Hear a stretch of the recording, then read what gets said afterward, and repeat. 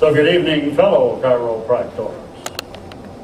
When I watch Dr. Gunstead adjust up there, I can hear the kaplunk. I can't say it like he did. But he moved the bones. And when I adjust, they sometimes call it the through-the-floor technique. I call it the omnidirectional, non-specific, all-force technique. When I first went into practice, I knew darn well if somebody was sick, they were subluxated and had to be moved. And I moved them. Not with the greatest degree of grace at times. But a doctor's practice is a practice, isn't it? And it takes time. Principle number 6. There is no process that does not require time. But Dr. John Cox contacted me and asked me if I would speak, and I found the availability to do so. I was very overjoyed to come here and speak to what I call real chiropractors. He said, face the title, Fred, will you please? When will pride come out of our profession? I would change it just slightly. When will the pride rise again in our profession? And it will be when we embrace our philosophy, totally, unequivocally, embrace our philosophy. So that we live the sermon, not just deliver it. And have the pride to do so. Today it's easy. I was the son of the town quack. My dad graduated in 1923 in the Crusader class with Dr. Gunstead and Dr. Thaxton, the first president of the ICA other than BJ himself. Within 6 months, 50% of their class, Gunstead's and my dad's, was in jail or under litigation for practicing medicine without a license, and there were close to 600 chiropractors in that class. When I was a young man, we were really quacks. Today, as I travel the nation, and somebody in the airplane will ask me what I do, and I say I'm a chiropractor, the company will say, I've got one too. Or my friend goes to a chiropractor. Tell me more about it. The door is open. The door is wide open. We're number one in alternative care. I don't like the term, but they use it. We're number one over all others in the AMA Journal. I wish I would have brought the chart along and showed it to you again. We are number one. We must realize we have arrived. As you look at the message given in Darwinian medicine, or often called evolutionary medicine, and read the articles today, you know that our philosophy is there. Listen to Deepak Chopra.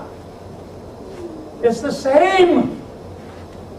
Come out from under your paranoia and insecurity and realize that what the public wants today is our philosophy of health. Why do you think they exercise? They're trying to exercise health into the human body. Can't be done. Exercise is only for healthy people. The sick can't exercise. They're trying to diet health into the human body. Outside in again. Can't be done.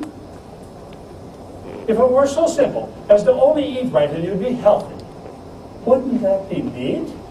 And some of your healthy patients are the most sickly patients you have. You know that. And if diet were responsible for good health, we'd have no trouble with street people, would we? They'd die within 5 years on that diet, wouldn't they? Come on, come on. They're looking for something to create health within themselves, and it can only come from within us. Our philosophy is ready to be completely absorbed by the public, but we have to articulate it. We have to have the courage to create. We cannot hide our light under a bushel any longer. We have to speak forth the truth. We are accepted. We are number one. We're licensed in every state. We are accredited. My God, we've got everything, and yet the pride isn't there. It was there when I graduated. It was there when my father and CS graduated. But we were well steeped in philosophy. over 50% of our chiropractic colleges teach no philosophy. Can you blame those young doctors, those students that come out, if they've had no philosophy whatsoever? But they're looking for it too. So they're our brotherhood. It's up to us now to start working with some of those that are uninformed and bring forth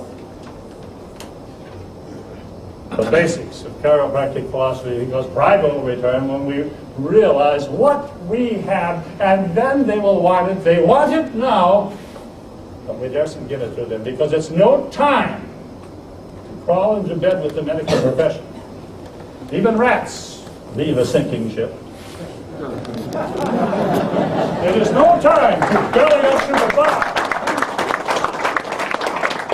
No time to belly up to the bar with the medic. It's time to beat them to the bar and deny them a drink. Fun, isn't it? I don't wish them any bad luck. I just hope they suffer the agonies of a failed paradigm. No.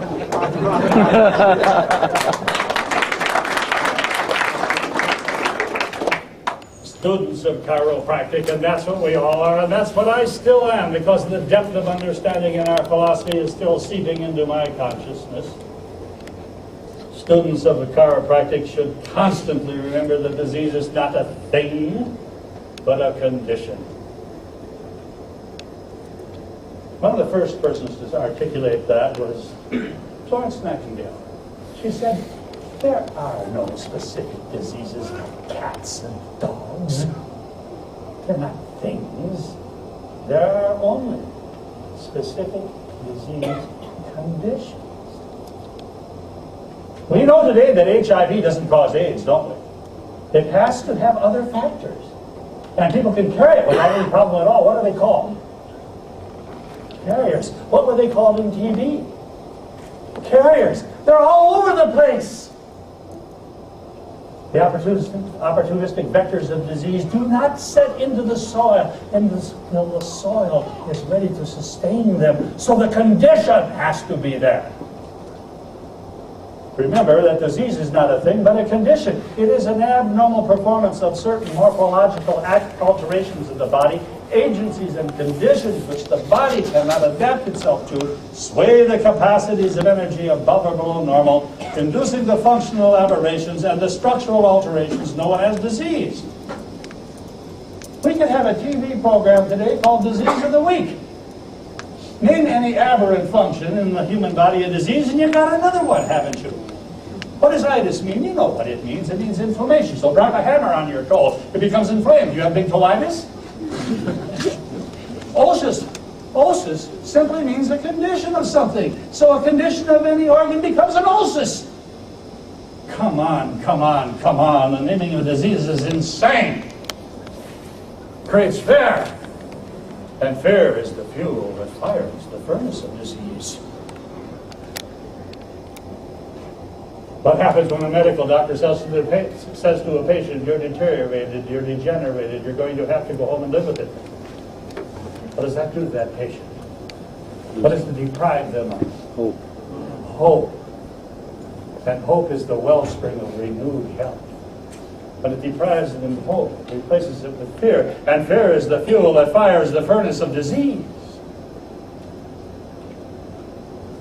Disease starts out first as malfunction. And malfunction has its causes. It's that simple. Malfunction creates a condition that exhibits itself in symptoms, and symptoms are named as diseases. Malfunction results in a lowered immune system, which allows the parasites that are always with us to thrive. And then they name the disease after the parasite, such as strep throat. When will this fallacy end? Health exists. E.D. Palmer, 1910. Health exists when the normally constructed body proper performs its functions. Disease is the condition in which the organs or the organism is abnormally related to